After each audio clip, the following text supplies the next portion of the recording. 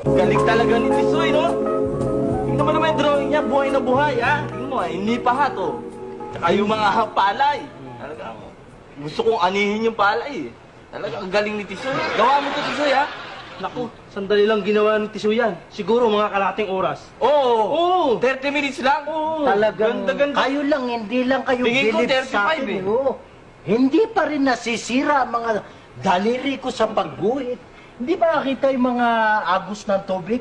Buhay na buhay. Yun nga, sinasabi ko, eh. At ang bato, may mga lumot. Oh, galing talaga ng kamay mo dati. Iba tayo. Alam mo, Isko, angkang kami ni Leonardo da Vinci.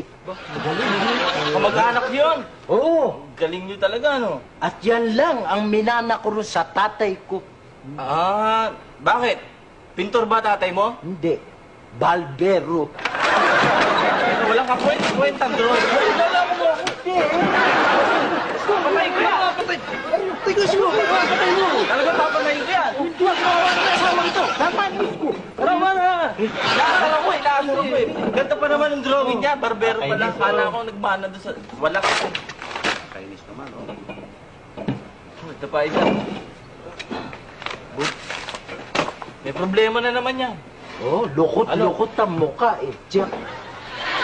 Lino, ano ba problema mo? Eh, nainis lang ako sa panaginip ko gabi. Yan na naman yan. Nakakainis. Ba't ano na panaginipan mo? Abay, isipin mo, nakasakay daw ako sa barko. Tapos yung barko, papunta kami ng Bisaya. Biglang lumubog. Tapos napadpad ako sa isang isla. Naku kaya pala malungkot ka. Siguro, nag-iisa ka ron, kaya malungkot na malungkot ka. Ba hindi, may kasama akong 3 babae. Puro sexy, puro bombastar. Si Lampel Kuwako, si Lala Montiliban, si Mara Manibog, oh. Naku, Tapos sama mo ako lang daw ang nag-iisang lalaki. Ba't Naku, nalulungkot bakit kalungkot ka pa? Ako kasama nun, naku, maski bangungutin ako. Talaga ito. Ito papatay ko na talaga ito eh. Hindi, Nakakainis talaga eh. Ano ba nangyari? Ba't ganon? Ano ka doon sa panaginip mo? Aba, pari ako eh. Malas ako, pero mas malas ako sa'yo. Ganyan-ganyan din yung napanaginipan ko eh. Oo. Oo! Sa barko rin, siguro, isa yung nasakyan natin. Andun ako sa barko eh. Hindi na nakita. Nagpapahinga ako sa flagpole. Ha? Nagpapahinga ako sa flagpole. Dumulog yung barko. Oo, papuntang Bisaya eh. Yun din? Yun din. Tapos napunta ako sa isang island.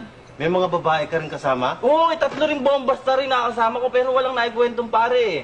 Si si Laila, ay Lala Montelibano, yun din eh, Myra Manibo. Nainis ka rin? Oo, malas din eh. Ah, pari ka? Anong malas sa ibig mo sabihin? Pari ka ba? Hindi, Ano ka ron? babae rin ako eh. Ay, naku, talagang magkalo, oh. Talagang nagsama-sama malas sa atin, oh. Buti pa kaya magpari tayo. Talaga ikaw, Isko, kahit kailan, hindi ka naaasenso. Hello? Si Tisoy. Sandali lang oh. Mr. Tan daw.